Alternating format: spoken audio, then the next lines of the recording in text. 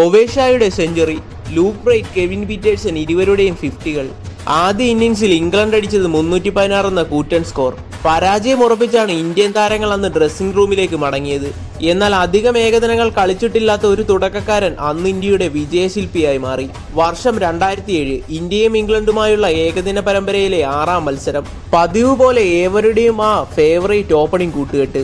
94 runs അടിച്ച് സച്ചിനും 53 റൺസുമായി ഗാംഗുലിയും ഇന്ത്യയുടെ വിജയസൂചകത്തിന്റെ തുടക്കം ഗംഭീരമാക്കി.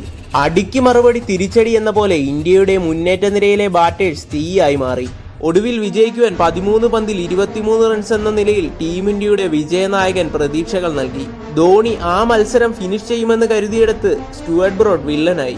ധോണി പവനിയിലേക്ക് 6 വിക്കറ്റുകൾ നഷ്ടമായി. ഇന്ത്യൻ ആരാധകരിൽ വീണ്ടും പരാജയത്തിന്റെ നിരാശ പടർന്നു. 12 പന്തിൽ ജയിക്കാൻ 23 റൺസ്. സ്ട്രൈക്കിൽ വന്നിരിക്കുന്നത് റോബിൻ ഉത്തപ്പ എന്ന തുടക്കക്കാരൻ. ലോകോത്തര ബോളർമാരുടെ സ്പെല്ലുകൾ ഇനിയും ബാക്കിയുണ്ട്.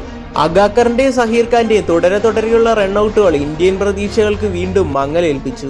അവശേഷിക്കുന്ന അവസാന 2 വിക്കറ്റുകൾ ചേർത്ത് പിടിച്ച് മത്സരം ഫിനിഷ് ചെയ്യാനൊരുങ്ങി ഉത്തപ്പയും. അന്ന് അയാൾ അവിടെ ഒരു ഫുട് വർക്ക് നടത്തി.